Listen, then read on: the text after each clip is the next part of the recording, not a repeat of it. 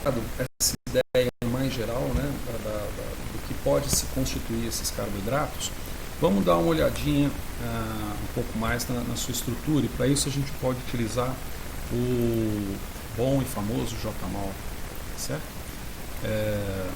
Para a gente observar essas estruturas de carboidratos. Existem links, vários links na internet, por exemplo, para estudos de carboidratos. Seria até interessante talvez puxar algum aqui, ó.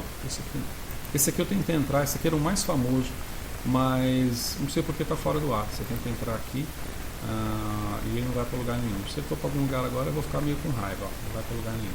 Tá bem? Mas você tem outros links que são famosos em estudos de carboidratos, como por exemplo esse banco de dados glicômicos também, só que ele é mais ligado a projetos genômicos humanos, por exemplo. Tá?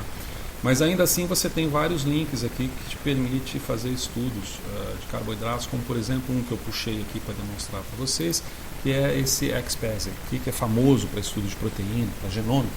Então você tem, por exemplo, esse aqui, ó, estrutura, não sei se você está lendo aí, ó, banco de dados de estrutura de carboidratos. A gente pode até puxar aqui, esse aqui eu não abri, tá? A gente pode até puxar aqui, pode demorar um pouquinho, a gente fica meio conflituoso com isso, mas enfim.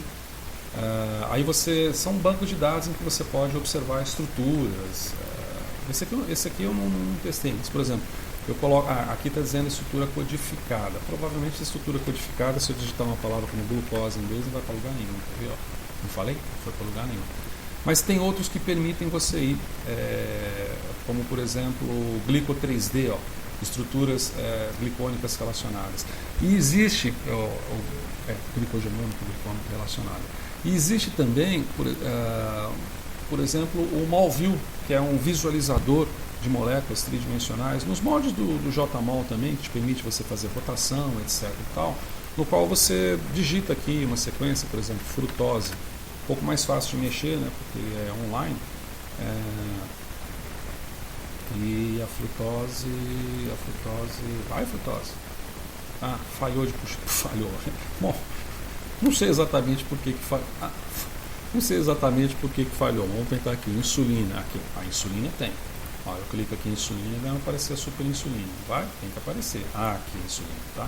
Então esse Malview é uma opção também se você quiser visualizar algumas estruturas a partir de determinados bancos de dados. Tem uma série de coisas que ele faz também, dá informação, tem ferramenta espectroscópica, 3D, exportação, modelo. Inclusive o Engine, né, o tipo de algoritmo que pode trabalhar com ele, do próprio JMOL. Mas como eu disse, a gente estava trabalhando, a ideia era trabalhar com o JMOL também. Então no JMOL, se a gente puxar aqui uma estrutura, deixa eu ampliar aqui, nessa aula de carboidratos eu não pretendo fazer nada a não ser a visualização das estruturas utilizando o JMOL, portanto não vamos dar sequências de comandos, etc. É uma coisa mais clean. Então eu abro aqui para uma estrutura que seria a menor estrutura delas, e ele está fora do negócio aqui, mas vamos chegar lá. Papum PayPal, aqui ó, carboidrato está aqui. Seria, por exemplo, o gliceraldeído, tá? Gliceraldeído. Então essa aqui é a estrutura do gliceraldeído. Também. Parece um cachorrinho, que legal. Então, como é que eu sei que isso aqui é um gliceraldeído? Bom, eu sei porque eu estou falando, né? Sei porque eu tive que estudar. Mas, só relembrando, você tem a cor cinza representada pelos carbonos, né? O vermelho representado pelo oxigênio, que indica que isso aqui é uma carbonila, o branco representado pelo hidrogênio. Então aqui você tem um COOH, né? Então você tem uma função aldeído aqui. O que significa que aqui mais para trás você tem um CHH, né? Um CH2OH, que seria aquilo que a gente mal e mal desenhou, mal e mal desenhamos aqui, né? O CH2OH e o grupo aldeído aqui em cima. Então a primeira isomeria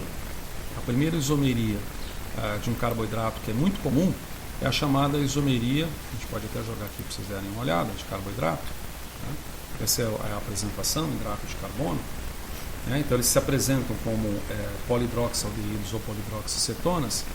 Aqui tem a estrutura dela, isso está no PowerPoint também, não vou entrar em tanto detalhe nesse momento. Mas a isomeria óptica, atividade óptica de um carboidrato.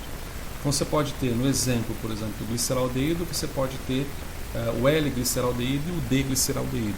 O que é muito bonitinho quando você olha um livro-texto bidimensional. Então você sabe exatamente o que é L, exatamente o que é D. Né? Só que quando você olha a estrutura mesmo do carboidrato, take a look. Você pode dizer assim, ah não, beleza, esse aqui é um L, né? A gente abriu o L carboidrato, porque ele está assim, né? Então ele é um L carboidrato. Ah tá, mas por que não é um D carboidrato? Ó, aqui que é hidroxila, né? Então aqui você tem um L carboidrato, aqui você tem um D carboidrato. Aí você fala, então pode ser qualquer coisa. Não, não pode. O L, a maneira como você percebe isso, você percebe em 3 dimensões, tá? Você desvia a luz plana polarizada à esquerda e à direita a partir da sua estrutura, e você pode fazer isso da seguinte forma, ó, projeta a carbonila para a direita. Tá? Pode projetar para a esquerda, seria uma outra convenção, mas projeta a carbonila para a direita. Deixa ele esticadinho isso aqui, em cadeia aberta, projeta para a direita. O gliceraldeído é o menor carboidrato, assim como o de hidroxicetona, só que hidroxicetona é formada por cetona e, obviamente, o aldeído é formado por aldeído, tá? Função aldeíde. Se essa hidroxila estiver projetada na sua direção, né, no plano saindo do papel na sua direção, ela vai ser uma estrutura do tipo L. Então, se você olhar aqui, ó, de cima, essa é outra forma de você perceber aqui, ó, parece que ela está indo para a direita, né? Esse aqui é o L. Veja o que acontece se eu puxar o D. Aliás, mais uma dicasinha, né? Vou colocar isso aqui. Esses arquivos eles estão salvos e disponíveis para vocês no livro de bioquímica, né? E que contém um material suplementar. Né? Eu aqui abri a pastinha. Bom, recordar é viver. Vai, vamos fazer o seguinte: Same Order Windows. Você entra aqui, por exemplo, na Unifal. Biblioteca da Unifal. Então você entra aqui na biblioteca da Unifal você pode entrar aqui em Books, do e-books você entra aqui, ó, e aqui embaixo é o nosso livro, tá? Que é o livro que está disponível para você. Aliás, eu deixei o livro disponível, mas não deixei o material suplementar, né? E não vou deixar também, de propósito, para você ir lá caçar. Então no material suplementar que você vai clicar aqui, ó, vai aparecer. Se a gente abrir, você carrega para o teu computador, todas as estruturas constantes do livro, inclusive da parte que nos tange, né, para essa primeira visão, que é para a aula de carboidrato. Então, se eu clicar aqui, ó, também, se você não quiser baixar do mundo, ele vai e abre aqui direto.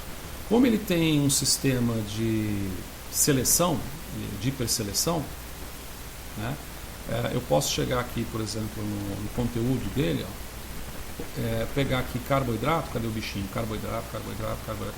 Ó, você clica aqui em carboidrato e pronto, você já está em carboidrato, então você pode estudar as estruturas utilizando o JMOL como exemplo para você aprender um pouquinho mais, né? De uma maneira pelo menos menos desprazerosa, tá certo? Vamos voltar para cá. Então vou baixar isso para não confundir. Tá? Então voltando para cá e já quase encerrando esse segundo vídeo também, só mostrar essa diferença do que é o levrógeno dextrógeno para a estrutura. Isso vai acontecer não apenas com carboidratos, mas a aula é tangente a carboidrato. Então eu vou deixar isso aqui em cima. Estou falando para vocês que trata-se de um L-gliceraldeído. Então onde que estaria como que seria um D-gliceraldeído? Né? Bom, o D-gliceraldeído seria o seguinte, ó, eu pegaria aqui o D-gliceraldeído, pego ele para cá. Essas estruturas eu já mencionei para você. Você pode abrir essas estruturas como figuras, um editor de figuras qualquer, um visualizador de figuras, mas você pode pegar, clicar, arrastá-la e soltá-la na janela do JMOL. Ao soltar na janela do JMOL, você tem uma estrutura tridimensional daquele carboidrato. Show, né? Quer dizer que aí você não precisa ficar file, open, alguma coisa parecida com isso. Vamos fazer o mesmo jogo que a gente fez para o L-gliceraldeído. Ó. Pega a carbonila, coloca ela aqui para cima, virada para a direita, e olha o que você tem agora. Ó. Olha como está muito mais projetado para a direita esse D-gliceraldeído. Se eu colocar uma visão panorâmica vista de cima, olha como está muito mais projetado para a direita. Se não, vejamos. JMOL permite fazer isso, eu recupero aqui a partir de file, eu recupero os últimos arquivos e meu último arquivo vai ser o L. Aqui que diferença, você vê? Quando eu puxo para cá o L, ó, olha só, visto de cima ele está mais projetado do plano do papel em sua direção, né? né? Ele está mais projetada, não chega a ser propriamente configuracional, né? Ele é constitucional esse tipo de isomeria. Mas então, aí está exemplificada a diferença tridimensional entre L e D para carboidrato. Sugiro que você faça isso como experimento. Tá? Finalizamos aqui, passamos